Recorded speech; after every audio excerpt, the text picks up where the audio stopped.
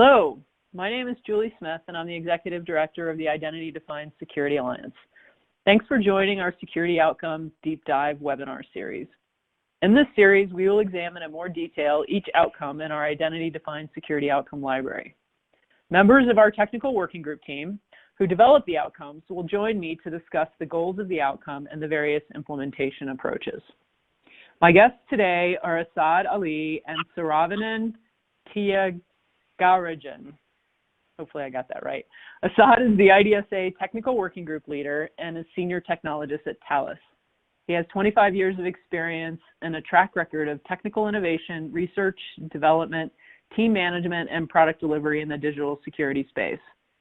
He currently serves in the CTO Office of Thales Cybersecurity Business Unit and has been an evangelist for company-wide adoption of user-centered design and usable security frameworks. Saravanan is Director of Technology and Industry Relations at CyberArk, as well as a member of our technical working group. He has 20 years of experience in enterprise security and systems across all industries and all sizes. He likes to stay on top of cutting-edge emerging technologies such as cloud-native technologies, passwordless identity, decentralized identity, and blockchain technologies. Guys, it's great to have you here today. Thank you, Julie. Glad to be here. Thank you, Julie. Very happy to join. So before we get started with the meat of the presentation today, let me share a little bit about the IDSA. If you're already familiar with the IDSA or have listened to another webinar in the series, you can skip ahead about 6 minutes to get to the meat of our discussion. So the IDSA exists to help organizations with the key challenges they are facing today. It's no secret that cybersecurity has become cumulatively challenging. Threats and vulnerabilities are a moving target. New technologies and defense mechanisms are introduced daily. And now with COVID-19, our traditional work environment has been turned upside down. Most organizations have been collecting identity and security tools over many years, solving the threat of the day, week, or year. A single tool, single vendor approach is just not working, as witnessed by the last challenge. The number of identities organizations manage and secure has exploded in the last 5 years, and the risks associated with those identities has as well. In our latest research, we found that 79% of organizations had suffered an identity-related breach in the last 2 years, which brings us to the need for a new approach to security. Identity has moved beyond an operation function, and it should now be considered a critical cybersecurity technology. It's important to recognize that every business transaction, attack service, or target involves a credential and a service or piece of data. We can no longer sustain a one problem, one tool approach. Cybersecurity technologies must fundamentally work together if they are to achieve meaningful effectiveness. And lastly, we must operate with the mindset that the investment must make the whole more effective. We must share the intelligence, the identity context, across the entire enterprise technology stack. Most people think that identity is really hard, but the good news is that identity technologies have come a long way in the last 5 years. They're becoming easier to deploy and maintain. The identity and access management technology segments are working better together, and integration between identity technologies has improved as well. And our goal in the IDSA is to help bridge what we see as a gap to security, not just the integration of identity with security technologies to improve your overall security spend, but to make you more secure through identity. The IDSA is a nonprofit organization that facilitates community collaboration to help organizations reduce risk by providing education, best practices, and resources to implement identity-centric security. Our membership is comprised of leading identity and security vendors, in addition to our customer advisory board members who provide guidance on our mission and represent the practitioner community. We deliver on our mission through cross-vendor collaboration, thought leadership through blogs and webinars such as the one today, identity-centric security framework, which is the main product we deliver to the community, which is vendor-agnostic best practices, security outcomes, and approaches, customer implementation stories so that you can learn from your peers, and ultimately a virtual community for sharing those experiences. As I mentioned, the primary work product of our technical working group is the Identity-Defined Security Framework, which consists of security outcomes, implementation approaches, and best practices. We make recommendations around best practices and security outcomes.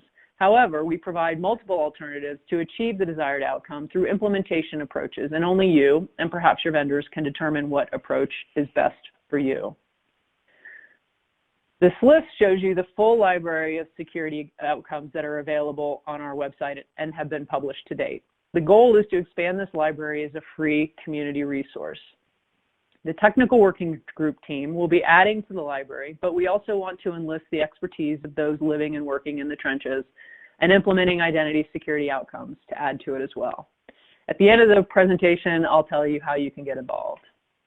So today, we are going to discuss the principle of least privilege for all users access and privileged user access. So now I want to bring in Asad and Saravanan into the discussion. So Asad, let's start with you. Let's talk about the principle of least privilege. What is it exactly? Is it a tool set? Is it a philosophy? And why is it important? Thanks, Julie. So I think it's interesting to look at what we mean by the principles of least privilege before we start and look deeper into how it can be used. So you mentioned the tools and the philosophy, and I think it's both of them and a lot of things more. In essence, when we talk about principles of least privilege, we are saying that any user, device, program, or process, for that matter, should not have anything but the bare minimum privilege which is necessary to perform its functions. And when we look at it from that angle, it's something which is not new. I mean, we have talked about that decades ago as well. In fact, I remember that the work that we were doing with earlier Unix and Linux systems, we had this concept of file system. And in the file system, you had the read access, you had the write access, and then you had the execute access, the famous RWX acronyms that we are familiar with. And then you would apply that to yourself or the owner, to apply to a group of users or apply it to everybody. So that concept has been there in order to how to limit the access a particular user has or a particular application has to certain resources. What we are doing now is basically expanding that, not just to the file system, but essentially everything which is in the scope of our digital security landscape. Whether it's network, whether it's access to resources that reside in the network or access is granted to those resources through the network, or any application, whether it's on-premise, whether it's in the cloud. So in essence, what we should say is that, well, don't assume that users will be careful and not overstep their access rights, but instead don't give them those rights to begin with, except for the ones which are really necessary. And that, in essence, is what we mean by the principles of least privilege. Thanks, Asad. So Saravanan, with privileged users, they have the keys to the kingdom, so to speak, right? So I suspect access policies that apply to privileged users are that much more important. Can you talk a little bit more about how the principle of least privilege applies to those privileged users? Sure, Julie. As Asad earlier mentioned, the least privilege is a principle. Now, an important factor that I would like to bring to the light, all users in this digital world is having privilege to a certain level, to a certain type of applications. So the least privilege principle has to be applied across not only human, I would say extend further more towards even RPA or bots or application access. Or in fact, to a greater extent, IoT and OT devices, as we are in a world where things are pretty much connected to the Internet of Things. So the least privilege is a principle that needs to be applied across all users, all process and applications. Now, when it comes to privilege account, which is, privileged users are the ones who are going to have, we say, key to the kingdoms.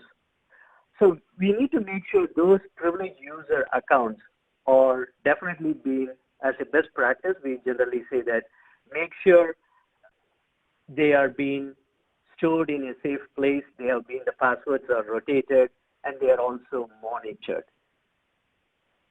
But on top, I would like to add one more point that the privileged users, there is a concept that in the early 90s and 2000, we used to say that, okay, give them a standing permission where they get access till they retire or till they leave the organization or till the application gets decommissioned.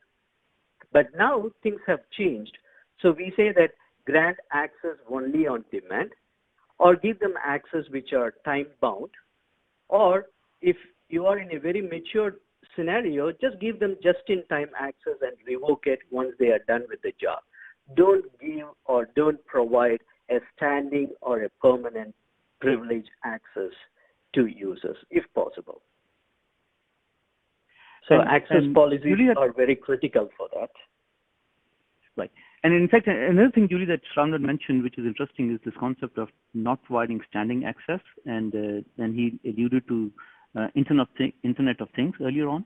And I think the not providing standing access in the Internet of Things space is becoming even more critical. So we have been talking about machine-to-machine interfaces. And in those are things that, okay, well, you may say that for the user, you allow access once the user authenticates, and then after that, you take away the access once the user authentication is removed. With machine-to-machine, those are live all the time. And I think there, the concept of time-based access or least privileged access is even more prominent and dominant than in the user space. Indeed. So it leads me to ask the question then, are there any downsides to applying the principle of least privilege? Not really. I mean, when you think about that, I mean, only good things can come out of it. We've talked about not granting access to resources which are not needed at the time of access. But if you're looking at the downside, I mean, the only thing that I may think of is that, well, you have to enforce the principles of least privilege, which requires planning, which requires monitoring, and which requires constant updates as the user privileges evolve over time. So that's the additional responsibility and burden that you have to take, which may be considered as a downside, but only in quotes. I mean, because this downside eventually leads to much more benefits down the road. So, sure, Julie, if I may jump in. Definitely there is no downside, but from my experience and what I have heard from customers and my friends who are in the security industries, they have seen some challenges. I don't like to say that as a downside, but the challenges are definitely we need to get leadership buy-in.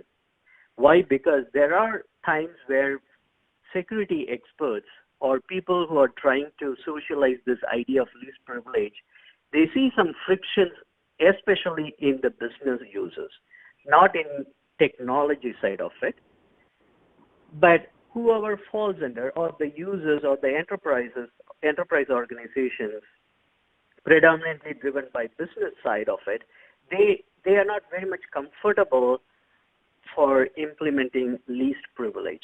What is the friction at the end is, hey, I used to be this way, now you are revoking my access, so I can't do this job.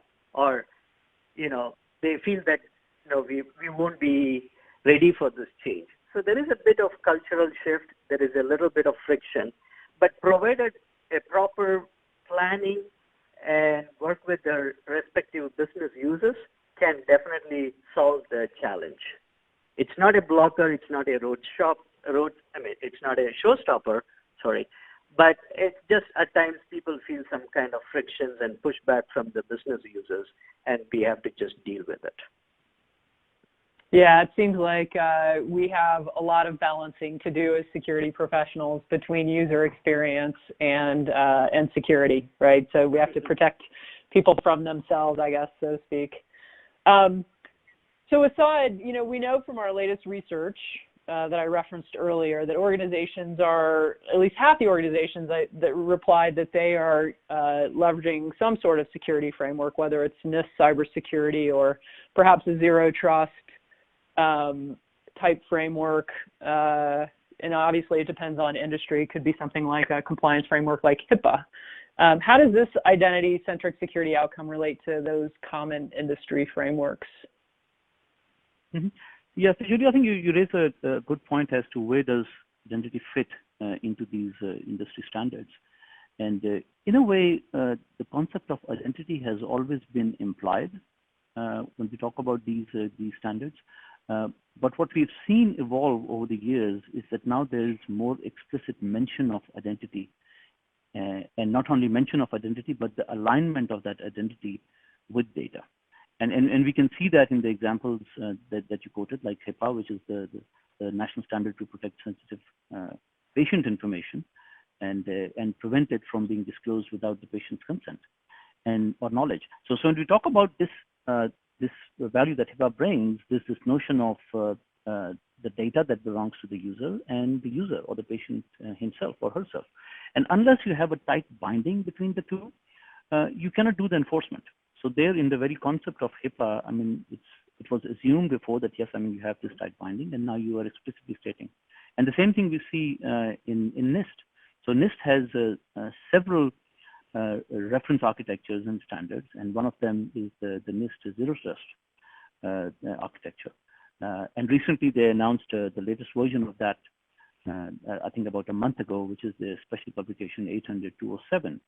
And in that, they are painting this concept of zero trust. And whenever we do that, there's this notion of, well, how do you implement zero trust? And in the past, what they've done is that they have taken a more network-centric approach, where the concepts of who can access what at what time was driven through the network. I mean, we all know the concept of the perimeter-based security, which is now dissolving, and now we are getting things more closer to the center.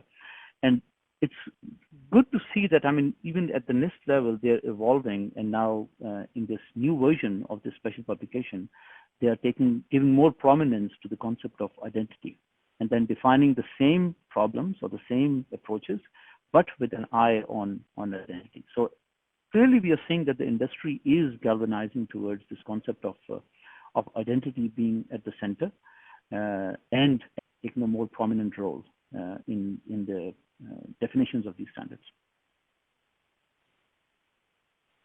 Interesting, thank you. So Saravanan, I mentioned earlier that 79% of the people that participated in our study indicated they had a breach, identity-related breach, in the last 2 years, and typically tied back to things like phishing, compromised credentials, whether they were stolen or potentially inadequately managed credentials. How can the principle of least privilege help address and prevent those types of breaches? Sure. Thanks, Julie. That's a pretty great question. We can break it down and we can address it in multiple ways. Before we jump into how do we tie the least privilege into stolen credentials, so the industry is being challenged for many years and decades with this stolen credentials. Credentials or credentials in this case, when we say credentials, it's really tied to identity. Now, how do we solve this problem at the front door or at the main gate? Definitely the passwords are easy variables to be broken or can be stolen. So hoping that, as we all know, that there are new emerging technologies that are coming up where it's no more one password, it would be passwordless, which will be tied with biometrics along with MFA, and all sort of advanced technologies are evolving and they are also in place. I'm hoping that that will solve to a greater extent the identity getting compromised or credentials getting compromised. So those latest or the emerging technologies to a greater extent will address stolen credentials or inadequately managed credentials. Now, how does this credentials are tied to this least privilege? Of course, definitely a system administrator need to have elevated or privileged access. Now, how do we bring least privilege? As I mentioned earlier, monitoring is one way that even though you granted access because his or her role as a system admin, they need to have standing privilege. Make sure the fundamental of best practices around identities are in place, like make sure that MFA is turned on. Their credentials, their privileged credentials are stored in a vault, being rotated constantly, and it is not a sharing password policies and principles. So that there are different ways how we can address it. There isn't one size that fits all. Every organization is in a different maturity level when they implement or in the process of implementation of identity and access management or IGA or PAM. So all these technologies have to work together, come together, integrated very well in order to address the identity breaches, especially when it comes to privileged account with least privilege. We cannot really say that no one will have, privileges going forward. That's impossible. That's not possible in this technology world. So definitely users or process will have privileges, but we need to make sure those credentials are properly rotated. Again, I would reiterate, keep it in a safe place. Don't put it in an Excel spreadsheet. Some of the basic best practices and principles. And monitor them. And whenever you feel an incident has occurred, immediately terminate the session. So this way, you can definitely reduce the footprint of the attack, as well as you don't want to wait till someone else informed that, hey, the account is being compromised. So you yourself will come to know from your SIM or source solutions that this credential is being compromised or it's being abnormally used somewhere in your process. Good advice. Thanks. So Asad, always the question comes up, are there examples out there that we can learn from where maybe an organization has been breached and one of the security outcomes that we've identified in our library could have helped prevent that? Are there any kind of high-profile breaches that you'd be open to talking about where this particular outcome might have helped? Prevent is maybe a strong word, maybe more like limited the damage done because of the breach. Yes, absolutely. And Julie, you're right to point out that prevent is a strong word because there are so many things at play here, and we can only mitigate things and mitigate to an extent which comes really closer to prevention. But as they always say, just like there's no 100% security, there's no 100% prevention. So from that point of view, yes, I mean, we've seen that in majority of the cases where data breaches happen, they have been caused by some sort of misalignment of the principle of least privilege. And this can happen through a variety of ways, and it can apply both to the insider threat as well as the outside attackers. And just to name a couple, for instance, I mean, it can happen through privilege escalation. So where the user can deliberately raise his or her level of access to get more access rights. So that's one mechanism of basically escalating the privilege. Another one could be unauthorized access. So somebody could basically gain access to somebody else's account who has a higher access level, and this could be done either by stealing or by mistake. So things could happen that way. Maybe through where the user has been given that access rights and now they're abusing it. So again, this is one aspect of how it could be done, or simply by a mistake. So for instance, I mean, it's unintentional use of access rights that were granted, but were granted by mistake. And this is where the monitoring and those aspects come in. So in all of those cases, I mean, they could be done by the insider or an external threat. And when an external threat comes in, they usually get some account which they get their hands on, which belongs to an insider. And a prime example of that is what we saw some years back in 2014, in fact, when the eBay breach happened, and that impacted about 240 or so million users. And the cause for that was that an attacker was able to get access to a corporate employee's credentials and then use that to access the network and then move laterally. And not only did they move laterally, but they stayed there for a long period of time undetected. So this kind of breach, which is triggered by somebody getting access to a credential and then moving laterally and then using either the privilege escalation, either unauthorized access, or privilege abuse. These can be certainly prevented if we have the right policies in place which adhere to the principles of least privilege. Thanks, Asad.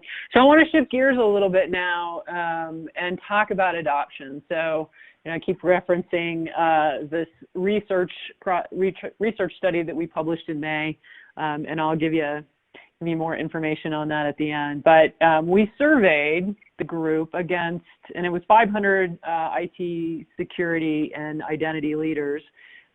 We surveyed against 8 of the security outcomes, and those that we felt that could have a significant impact on identity security overall.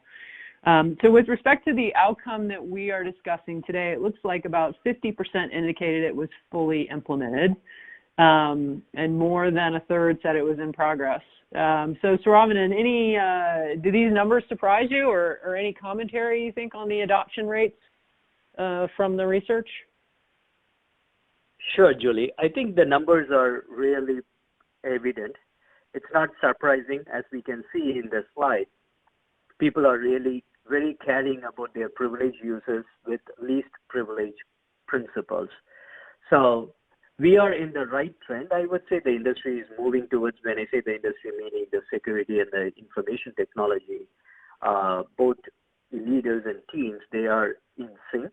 And they feel that it is very important, very critical for an organization or for a business to make sure that the privileged users or privileged accounts are taken care in a very much better way. And as we move towards cloud, or part of digital journey, people are making sure cybersecurity is taking the center stage, as well as identity is playing a very vital role in all the discussions when it comes to cloud migration or moving the applications to cloud, or as part of digital journeys too. Okay, thanks. So this next slide is a different slice of the data from the research, and we asked a question about the culture, the security culture of the organization, and whether they had sort of a identity-forward culture, if you will. So identity and access management, protecting identities, was important to them as a guiding principle, if you will. And what we found is that those organizations that indicated that they did have a identity-forward culture, only 34% reported an identity-related breach in the last 2 years. And so here's the answers to their implementation and adoption of the key 8 security outcomes that we put in front of them. So you can see, Asad, that 65% of those organizations had indicated that they've got the principle of least privilege implemented. Any comments or thoughts on this slice of the data? On this one, I think, yeah, you're right. I mean, when 65% of the forward-thinking organizations say that they have implemented principles of least privilege, then certainly, I mean, they are much more protected and against those breaches. And again, it goes back to the same concept that the more fine-grained and current your identity to access rights mapping is, the better protected you would be. And it's no wonder that, I mean, these forward-thinking companies are thinking on those lines. And that's exactly, for instance, that we saw it in the eBay breach that I mentioned earlier. That and there are more examples, by the way, of similar things happening to other companies where the data breaches happened because these companies were either negligent or lax, or they had policies which were not in line with the implementation and enforcement of principles of least privilege. Okay, so we've talked about the what and the why. We talked a little bit about adoption. So let's shift gears again and let's talk about the how and the different approaches for achieving this particular outcome. We're providing, as I mentioned, we're providing multiple approaches and letting you decide which works best for your goals, situation, and requirements. We'll talk about applying the principle of least privilege to all users first, and then discuss the specific approaches for privilege. So Asad, do you want to talk about the implementation approach that's defined policies and controls to enforce appropriate access?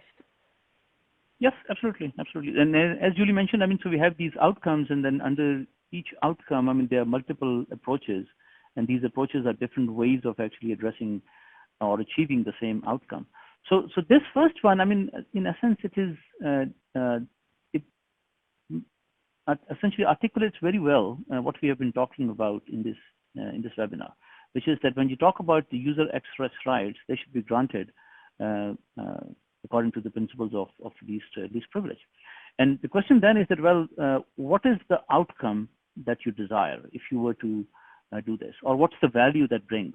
And when you think about what the value that we're after is that, well, first of all, prevent users from from having elevated privileges beyond their job role and responsibilities. And we've seen why that is beneficial in the discussion that we've had and with the things that Saravanan, for instance, has mentioned. And one example of that could be to reduce the threat landscape by limiting the use of these privileged access. And when you reduce the threat landscape, which means that now you have less probability that your data would be breached. Again, going back to the concept of, okay, now can we remove it 100%? Can we say that, okay, well, now you're 100% safe? Probably not. But can we reduce the threat level? Absolutely. And I think this is what we are trying to do with these outcomes. And one other aspect that has to be taken very carefully, and which is the detection part and the monitoring part, that we are monitoring and we are detecting that how these policies are being implemented and if there's any violation of that. So that, in essence, is what this outcome is about. There are various technologies that feed into it, as you can see in this slide, that we have components that come from the access management, we have components that come from the identity management, and from the IGA. Because what we do is that we define policies and then we define controls on how to enforce them. So this is one way of achieving that. There are different other aspects and different other approaches to it, which we can talk about separately. But for the purpose of this slide, I mean, that's one area that we can work in. Okay, so let's flip to the next one. Saravanan, you want to talk through this one? Discretionary access control is the implementation approach. Sure. As Asad mentioned earlier, the security outcomes are pretty straight, but there are different approaches, different best practices.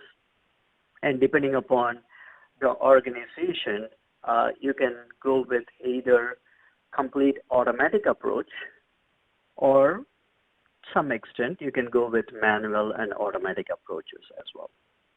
So in this particular approach, what we are trying to say, or what we are trying to provide and share to the audience are, first we need to know who has access to what. Before that, you need to know where your data are, and then you need to know who has access to those data, what level of access do they have. So definitely there are tools, components that we can leverage, and we can try to achieve the security outcome. In this particular case, when it comes to privileged users, as the security outcome states, all privileged user access rights are granted according to the principle of least privilege.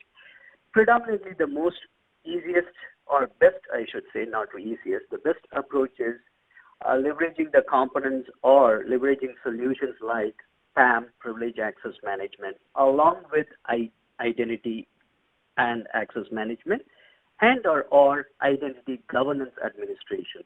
So these two solutions or three solutions have to work in conjunction with each other so that we can definitely reach the security outcome. We can definitely mitigate the risk. Okay. Yep. Moving on to the last one, let's talk about this last implementation approach, which is around role-based access control. How does that differ from the previous implementation approach?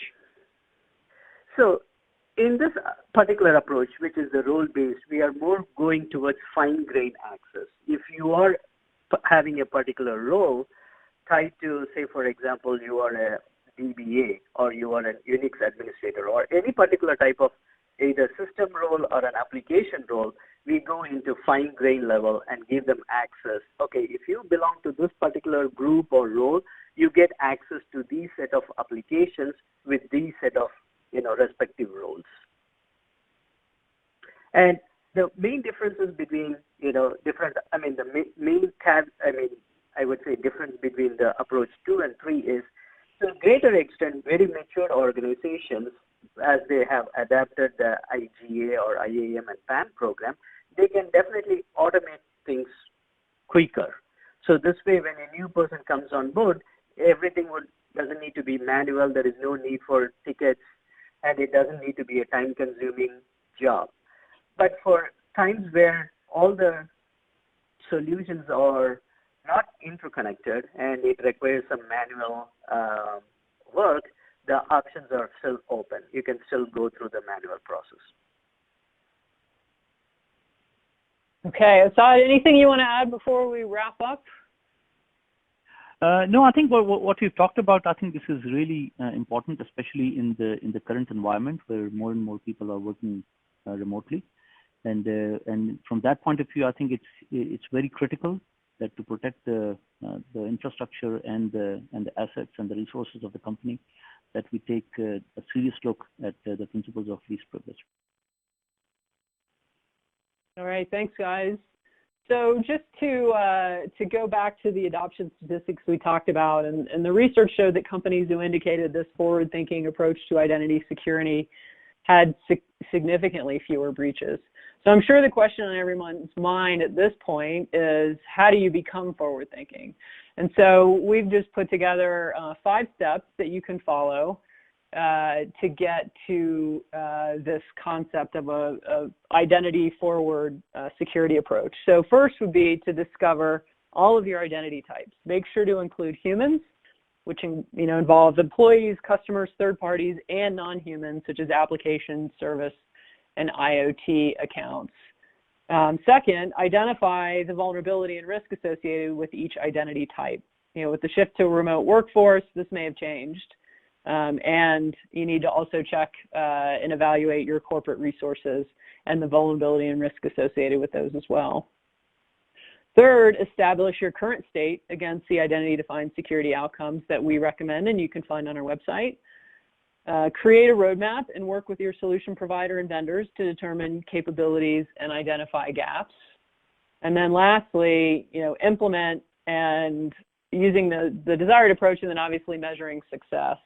So as we've talked about along the way, the monitoring tools are very important, and then just making sure that that you're staying on top of what your view of success looks like.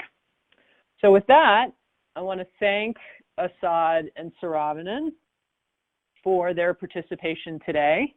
And before we sign off, I wanted to point you to additional resources that we discussed along the way. So the research report I referenced several times is called Identity Security, a Work in Progress, and you can find that on our website. There's also 2 blogs that go into a little bit more detail about the research, as well as highlight a blog that highlights the changes to the IDSA framework and the publication of the security outcomes. If you're interested in getting involved, we'd love to hear from you. So the best way to comment on the current outcomes is to go to our website, click on community, and join our forum. You can register, create an account, you can provide feedback to us. We'd love to hear from you. As I mentioned earlier, your voice and the work that we're doing as an organization is extremely important. And we'd love to have you submit to us also identity security challenges that you're facing. If there's things that you would like this community to work on for the benefit of the whole, please provide those to us as well. So we look forward to hearing from you. The deep dive series will continue. Now that you're subscribed to our Bright Talk channel, you should receive an email when new webinars are posted. And we hope that you will join us in our mission of bringing identity and security closer together. Thanks again for joining us today. Thank you. Thanks, Julie. Thanks, Julie. Thank you. Bye-bye now.